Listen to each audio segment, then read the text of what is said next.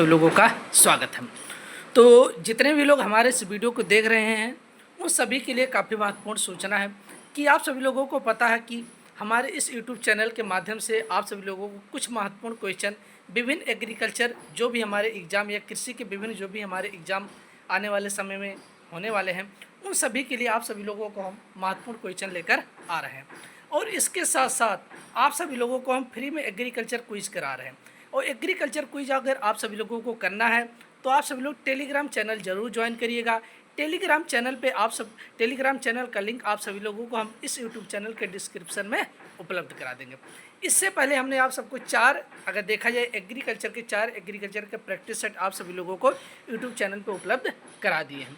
तो जो भी छात्र अगर वीडियो नहीं देखे हैं 4 लेक्चर 1 से 4 नंबर तक का लेक्चर, तो आप सभी लोग यूट्यूब चैनल के वीडियोज़ में जाइएगा। आप सभी लोग सभी वीडियो वहाँ पर आप सभी लोगों को मिल जाएंगे। और जो हमारा संडे को जो क्विज आपको सभी लोगों को कराया जा रहा है उसमें फर्स्ट, सेकंड और थर्ड रैंक प्राप्त करने वाले छात्रों को कुछ ना कुछ प्राइज हमारी टीम की तरफ से आप सभी लोगों को दिया जाएगा। तो आप सभी लोग जब भी क्विज अगर होता है 2 दिन में 3 दिन में तो आप सभी लोग ज़रूर क्विज ज्वाइन करिए। क्विज का अगर टाइमिंग आपको बता देते हैं तो रात 9 बजे के बाद ही होगा। जब भी आपको क्विज कराया जाएगा रात 9 बजे या उसके बाद क्विज होगा। अभी कल हमने एग्रीकल्चर के क्विज कराए थे जिसमें फर्स्ट, सेकंड और थर्ड जो भी बच्चे रैंक प्राप्त किए थे उनको हमने उनका जो भी प्राइज़ था उन्हें दे दिया गया। तो आप सभी लोगों से रिक्वेस्ट है, जितने भी लोग हमारे इस यूट्यूब चैनल को देख रहे हैं आप सभी लोग टेलीग्राम चैनल जरूर ज्वाइन करिएगा, जिससे आप सभी लोगों को कुछ महत्वपूर्ण प्रीवियस ईयर के पेपर या महत्वपूर्ण क्वेश्चन जो विभिन्न एग्रीकल्चर एग्जाम में पूछे जाते हैं सभी आप सभी लोगों को उपलब्ध कराएंगे। तो चलिए आज का हम क्वेश्चन देख लेते हैं।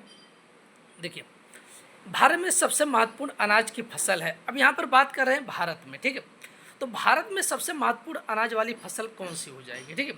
अगर हम विश्व की बात करते हैं तो विश्व में अगर देखा जाता पहला ऑप्शन यहाँ पर देखिए दिया है गेहूँ, दूसरा ऑप्शन चावल, तीसरा ऑप्शन बाजरा और चौथा ऑप्शन मक्का।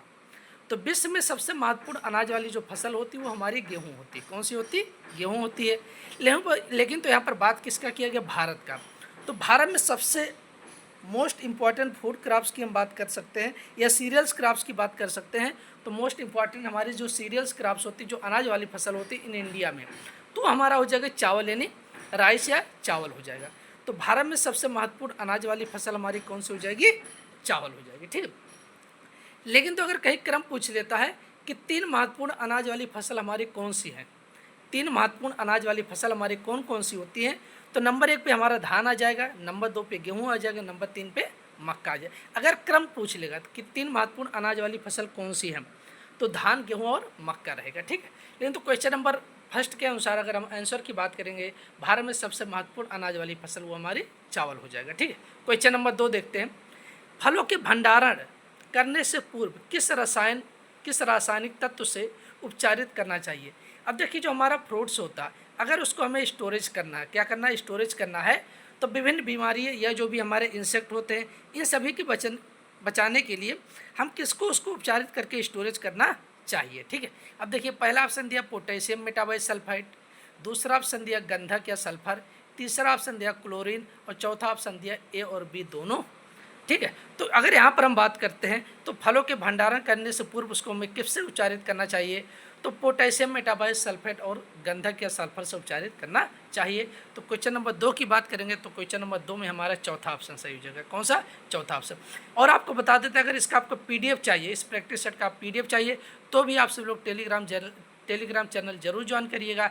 इसका PDF विथ आंसर आप सभी लोगों को टेलीग्राम चैनल पर उपलब्ध करा देंगे। चलिए क्वेश्चन नंबर 3 देखते हैं। अन्न भंडारण के समय दानों में नमी कितना प्रतिशत होना चाहिए? यानी अगर हम अनाज वाली फसल का भंडारण करते हैं, किसका? अनाज वाली जो हमारी फसलें होती है अगर उसका हम भंडारण करते हैं तो मॉइस्चर यानी नमी की मात्रा कितना होना चाहिए? लगभग किसके आसपास है, कितना मॉइस्चर या नमी होना चाहिए? जो भी हम सीरियल्स क्रॉप्स का स्टोरेज करते हैं उसमें मॉइस्चर कंटेंट लगभग कितना होना चाहिए? पहला ऑप्शन दिया 15% से ऊपर, दूसरा ऑप्शन दिया 10% से कम, तीसरा ऑप्शन दिया 14% से नीचे और चौथा ऑप्शन दिया 14% से ऊपर। अब देखिए, यहाँ जो अगर हम बात करेंगे क्वेश्चन नंबर 3 का हमारा सी ऑप्शन सही हो जाएगा। यानी हम बात करते हैं 10 से 12% या 13% होता, तो क्वेश्चन नंबर हमारा सी सही हो जाएगा, यानी 14% से नीचे होना चाहिए। कितना होना चाहिए? 14% से नीचे होना चाहिए। तो क्वेश्चन नंबर 3 की बात करेंगे, सी ऑप्शन। क्वेश्चन नंबर 4 हम देख लेते हैं। धान की कुटाई करते समय धान में नमी होना चाहिए। यानी धान की अगर जैसे आप सब लोग देखे होगे कि हम कुटाई कराने ले जाते हैं, ठीक है, तो उसमें लगभग कितना नमी होना चाहिए, ये भी हमें ध्यान रखना कि अगर नमी ज़्यादा रहेगा तो हमारा धान क्या होता है? टूटने लगता है, ठीक है। तो कितना पैसा मॉइस्चर या नमी रहे जिससे हम धान की कुटाई कर सकते हैं? तो पहला ऑप्शन दिया 10 से 12% है, दूसरा ऑप्शन दिया 10 से 14% है, तीसरा ऑप्शन दिया हमारा 15 से 16% है, चौथा ऑप्शन है कोई नहीं, ठीक है। तो धान की कुटाई करते समय धान में जो मॉइस्चर या नमी होना चाहिए वो 10 से 14% होना चाहिए, इससे अधिक नहीं होना चाहिए। यानी 10 से 14% के आसपास होना चाहिए, इससे अधिक नहीं होना चाहिए।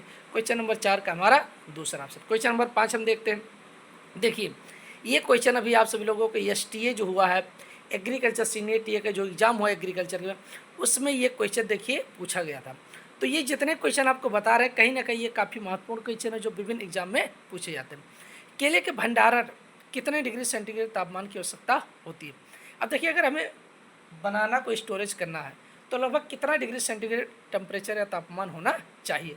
वैसे अगर हम बात करते हैं तो 10 से लगभग 14 से 15% के आसपास होना चाहिए। कितना? 10 से 15% के आसपास होना चाहिए, या 12 से 15% तो उससे और होना चाहिए, ठीक है। यहाँ पर जो ऑप्शन दिया, ऑप्शन के अनुसार आंसर हमारा क्या होगा? पहला 12 डिग्री, सॉरी यहाँ टेम्परेचर मतलब टेम्परेचर कितना होना चाहिए तो डिग्री सेंटीग्रेड में होना चाहिए, परसेंटेज नहीं रहेगा, इस बात को ध्यान रखना, ठीक है। तो 12 degree centigrade, 20 degree centigrade, 13 degree centigrade और 10 डिग्री सेंटीग्रेड। तो केला के स्टोरेज के लिए जो हमारा टेम्परेचर होना चाहिए वो हमारा इसमें क्वेश्चन का अगर 5 की बात करें तो क्वेश्चन नंबर 5 में हमारा सी ऑप्शन सही हो जाएगा, ठीक है।